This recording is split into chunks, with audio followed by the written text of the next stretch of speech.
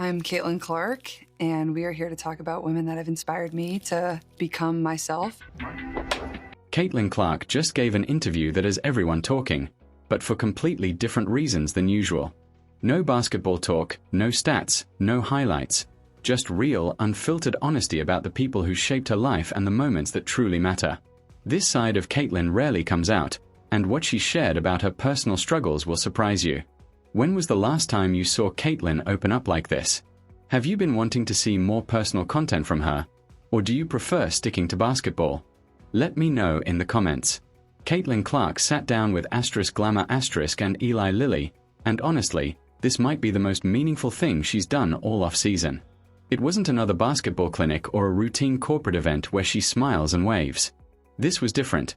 This was Caitlin letting people see who she really is when the jersey comes off. My mom has always kind of been my rock. The first person I called when I got hurt this year was my mom. I'm like, can you fly here and cook me a meal and just spend time with me? And that is just the person that makes you feel safe. And I probably took that for granted as a kid, but my mom always made the best meals. I think it's important to take time for yourself. And I think also when I do have free time, one of my escapes is cooking a healthy meal for myself, whether that's, breakfast, lunch, or dinner. I really do enjoy that. Just putting on music and making a home-cooked meal. And I think that's because it feels like a safe place for Right from the start, she opened up about her mom, and not in the usual thanks mom way athletes often do. She got personal. She said that when she got injured this season, the first person she called was her mom, asking her to fly out, cook for her, and just be there. That's a level of vulnerability we rarely see from Caitlin. Think about that for a moment. Someone often portrayed as an unstoppable force, a basketball machine who doesn't need anyone, turned to her mom when things got tough. That's human. That's real. And it's exactly the kind of authenticity fans have been craving. She shared how her mom always made the best meals and how that became her safe space growing up. Now, when Caitlin has free time, she cooks for herself, puts on music, and makes home-cooked meals because it reminds her of when life was simpler. Before the pressure, before the expectations, before millions of people had opinions about everything she did. That's the kind of thing people connect with. Not her three-point percentage or assists per game, but the fact that she finds comfort in cooking the same way her mom did for her. That's what makes her relatable, more than just another athlete. Over the course of my career now, obviously I've been away for 2 years and she has now since retired. But I think one thing that was probably super impactful on myself and all of my teammates is we always had a breast cancer game or a cancer game, and she would always bring in cancer survivors that got to kind of tell their story, but also the impact our team had on people and how much joy we could bring to them, because those people were huge Iowa women's basketball fans, and them getting to spend a day with us meant the world to them. So I think it put great perspective not only on basketball, but what we get to do for other people. The interview went on, and Caitlin brought up Lisa Bluder, her former college coach at Iowa. Recently, Lisa gave an interview where she shared details about Caitlin that most people had never heard before. Hearing Caitlin talk about Lisa from her own perspective added a new dimension to their relationship. She mentioned that they've stayed close, even though she's been away for a while and Lisa has since retired. What really stood out was when Caitlin reflected on Iowa's cancer awareness games. Lisa would invite cancer survivors to share their stories and talk about how much Iowa women's basketball meant to them. Caitlin said those moments put everything into perspective. Basketball wasn't just about winning games or filling arenas. It was about bringing joy to people fighting battles far tougher than anything that happened on the court. Those survivors were passionate Iowa fans, and spending a day with the team meant the world to them. That experience shaped how Caitlin views her platform today. It showed maturity and empathy, the kind of perspective many professional athletes never fully develop. The fact that she recognized this lesson while still in college speaks volumes about the kind of character Lisa helped nurture. It wasn't just about building basketball skills. It was about understanding impact beyond the game. Partnership with Lilly, I think, more than anything, first of all, they care about women's sports, which is incredibly important to me. And now getting to play in Indianapolis and them being based here, it feels like a pretty natural partnership. On our jerseys, we wear the Lilly patch, so I feel pretty lucky and fortunate to be able to work with them. Then she talked about her partnership with Eli Lilly. And before you roll your eyes at another endorsement mention, hear her out. This one actually matters. Eli Lilly is based in Indianapolis. The Fever wear the Lilly patch on their jerseys, and most importantly, the company genuinely supports women's sports. Caitlin specifically highlighted that point. She could have partnered with countless brands, but she chose one that's invested in women's athletics and rooted in the same city where she plays. That's a smart, strategic move. It shows Caitlin is thinking long-term about both her brand and her impact on the game. Next, she mentioned Maya Moore, calling her the favorite basketball player she had growing up, male or female. That's significant. Caitlin never separated men's and women's basketball in her mind. Her favorite player was Maya simply because, to her, Maya was the best. Period.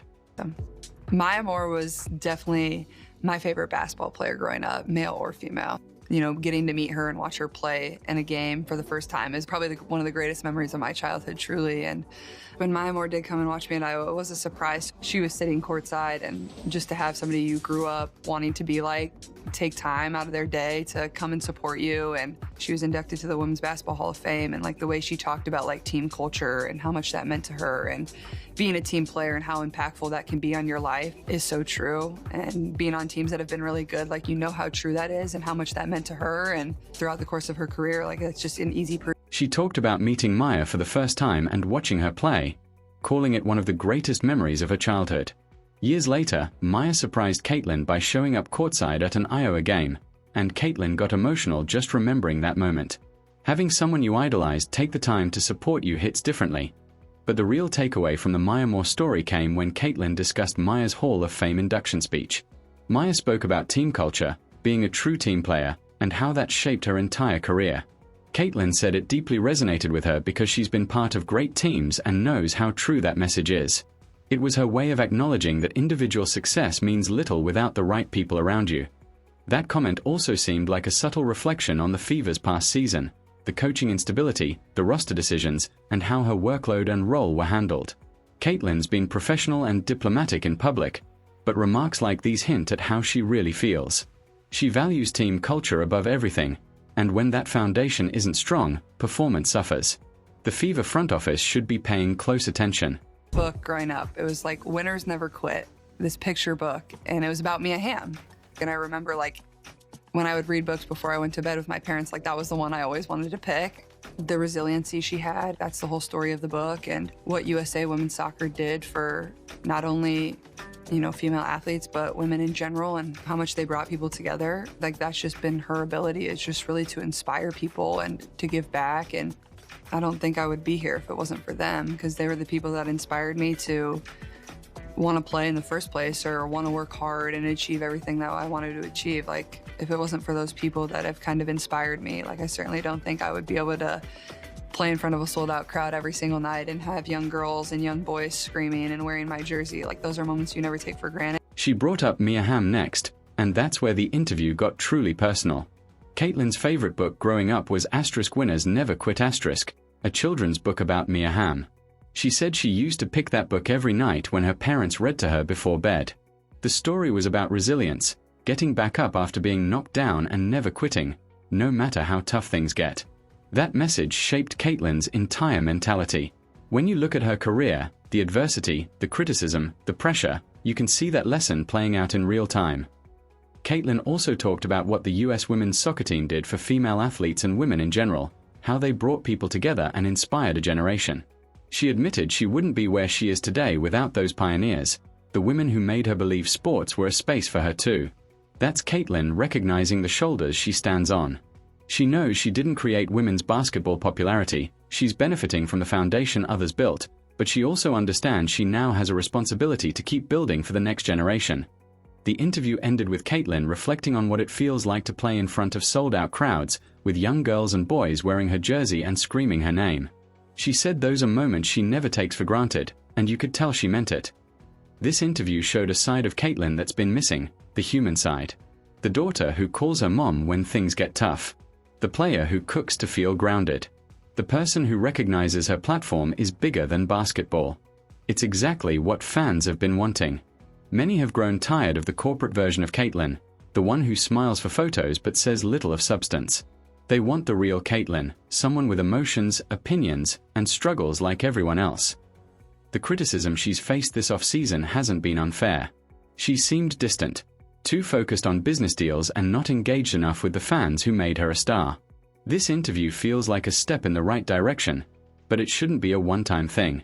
She needs to keep opening up, through interviews, social media posts, and fan interactions, to rebuild that connection. Distance hurts her brand more than she might realize. Her signature Nike shoes are dropping soon, and while fans will support them, support has to go both ways. Caitlyn has to give people a reason to stay emotionally invested beyond merchandise. The way the Fever managed her season didn't help. Questionable coaching moves, roster decisions, and an unnecessary physical transformation. It often felt like they were trying to control her instead of setting her up for success. Caitlyn needs to reconnect with what made her great, not just physically, but mentally. She might find that joy again by returning to Iowa, revisiting where it all started, and remembering when basketball felt fun instead of transactional. This interview gave glimpses of that Caitlyn, the one who plays because she loves it, not because contracts demand it. But glimpses aren't enough. She has to fully embrace that mindset if she wants to reach her true potential. The off-season content has been thin. One great interview doesn't erase months of silence, but it's a start. If she continues down this path, being open, authentic, and real, the fan support will come roaring back. People don't just want to watch her play, they want to feel connected to her story. This interview reminded everyone why they fell in love with Caitlyn Clark in the first place. It proves she's not just a scorer or a highlight machine. She's thoughtful, grounded, and inspired by greatness. The Eli-Lilly partnership now makes sense. It aligns with her values, her city, and her vision for women's sports. Her admiration for Maya Moore shows that she values purpose and character over fame. Maya walked away from basketball at her peak to fight for justice, and that's the kind of role model Caitlyn looks up to. The Mia Hamm influence explains Caitlyn's competitive fire. That book about never quitting became her blueprint. Every time she takes the court, you see it. No matter the score, the fatigue, or the criticism, she keeps pushing forward. This interview should have happened months ago, but better late than never. If Caitlyn keeps being genuine and open, the narrative will shift.